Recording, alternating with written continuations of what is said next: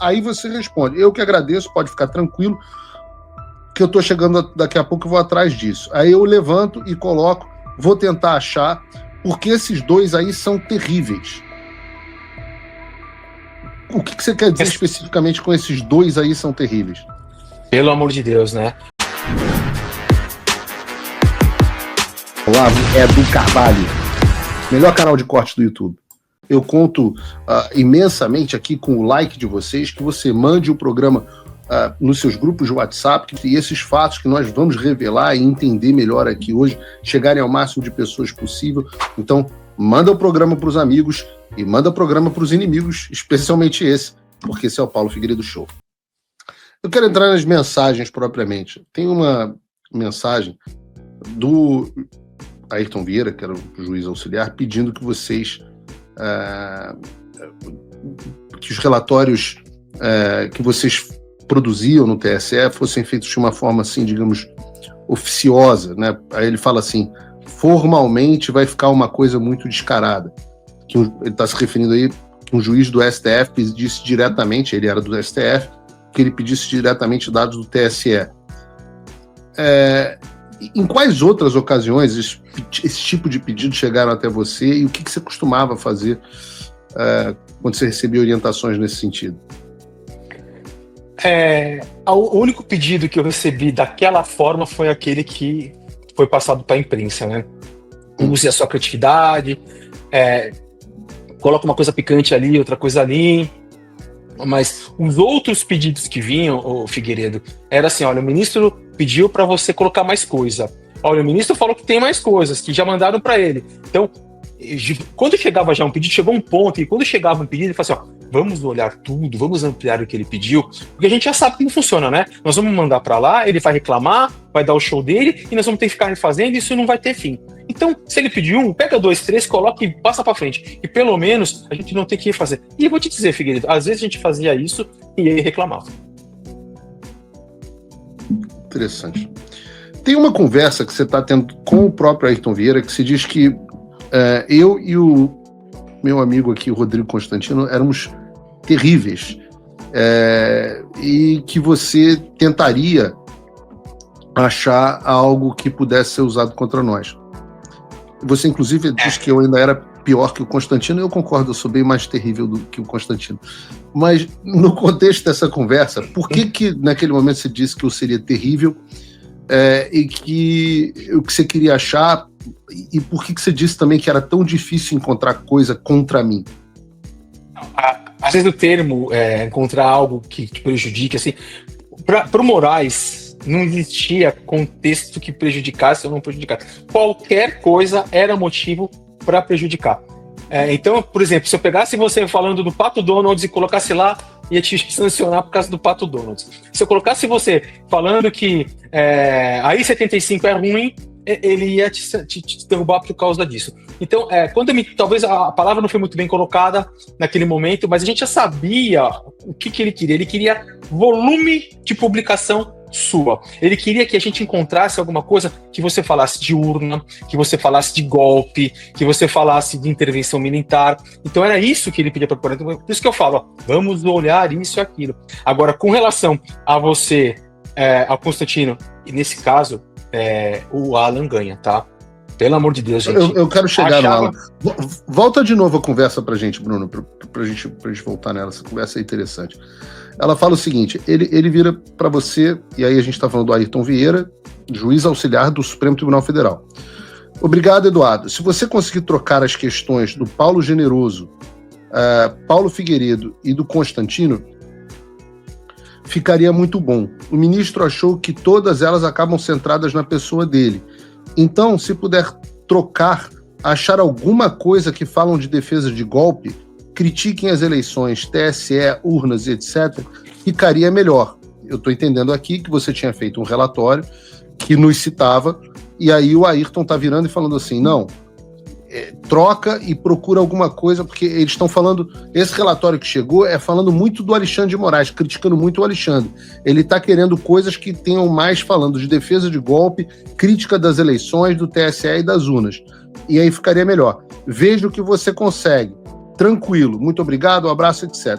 Aí você responde, eu que agradeço, pode ficar tranquilo, que eu tô chegando daqui a pouco, eu vou atrás disso. Aí eu levanto e coloco, vou tentar achar, porque esses dois aí são terríveis. O que você quer dizer especificamente com esses dois aí são terríveis?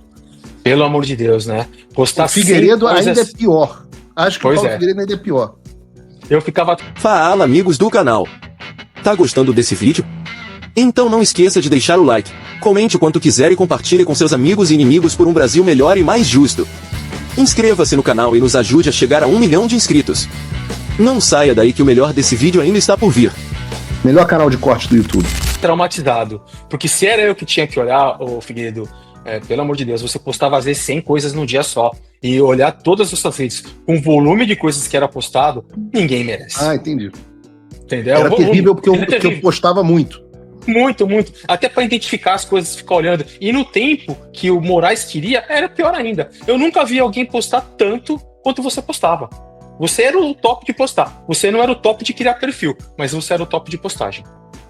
Aí você fala assim, acho que o Figueiredo ainda é pior. O generoso a gente ainda consegue achar. Mas acredito que tem assim, a impressão que eu tive aqui ao ler isso, é que você está falando assim, coisa do Paulo Figueiredo defendendo o golpe, não tem, é meio difícil de achar. Do generoso ainda tem, mas do Paulo é difícil, mas de repente a gente consegue achar alguma coisa que dê para encaixar. Não precisamos colocar tantas. Umas, 2 ou 3 no máximo para dar uma argumentação boa, mas deixa comigo. Exatamente, é porque eu sabia já nesse período como funcionava a coisa e o que ele queria para não ficar tendo 10, 15 retrabalhos e o cara xingando, o cara ofendendo a gente. E aquilo que eu volto a falar, que eu te falei até antes de você ler todo o texto, né? Era golpe, era intervenção militar, era fraude de urnas, era esse o contexto que ele pegava. Você, eu não me recordo se você postava ou não, porque era muita coisa. Mas era difícil de procurar pelo volume que você postava de coisas. Você tweetava o dia inteiro, você postava no Instagram o dia inteiro, aquilo era terrível. O generoso já era um volume menor de postagem. Já era mais fácil de localizar uma coisa ou outra. E ele falava, se eu não me engano, de acordo com o que eu tô lendo aqui, acredito que seja isso. Ele falava coisas de golpe que você talvez não falasse, de intervenção militar, esse tipo de coisa. Então você tinha postagens mais cuidadosas, acredito eu, naquela época, entendeu? Que dificultava encontrar. E fora o volume de coisa que você postava. Era terrível. Então, eu falei pro Alan esses dias, era um pesadelo. E eu, especificamente falando sobre o Alan também, você sentia que havia alguma animosidade especial contra alguns indivíduos, como por exemplo o Alan, como por exemplo a mim, como por exemplo o Constantino? Você acha que o Alexandre tinha inimigos preferidos?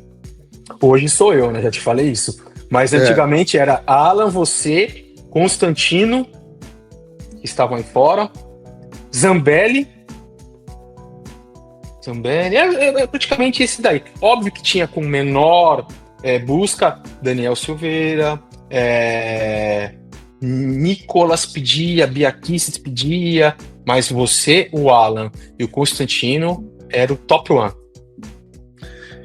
E você lembra de alguma coisa do Eduardo Bolsonaro? Naquela época ele não estava muito no radar. Não. O radar maior ali era ver se eles publicavam alguma coisa referente a golpe, a botar movimento em rua. Não. E você tá falando com o Magno Malta, eu não tinha reparado isso, mas o Magno Malta falou assim, eu não entendo por que ele nunca fez nada de mim, de fato. Nunca teve nada do Magno Malta. E o Magno Malta que falava, a gente até hoje... falei pra você, conversando com o Magno Malta, a gente tenta entender o porquê que com o Magno Malta ele nunca fez nada, mesmo o Magno Malta se manifestando. É incrível. O Magno Malta é muito gente boa, é difícil não gostar do Magno Malta. Se sentar com o Magno Malta pra bater papo, você fica 10 horas conversando com ele. Um abraço aí pro Magno Malta. Se você, como eu, tá dormindo mais tranquilo agora que o Trump voltou à presidência, ótimo.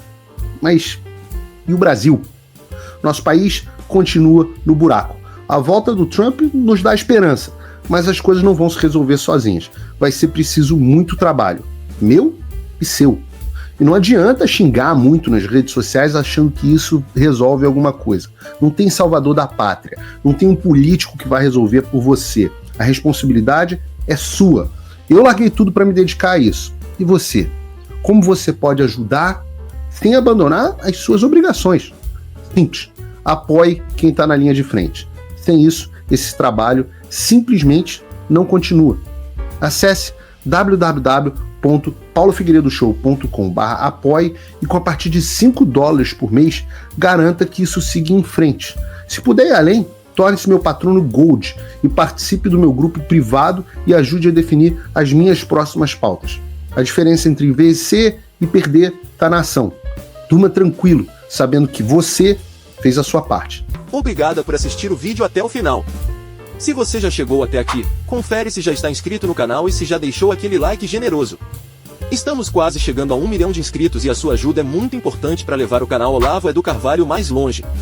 Até o próximo vídeo, meus amigos. E neste momento é muito fácil aos defensores do plano alegar isso é uma teoria da conspiração.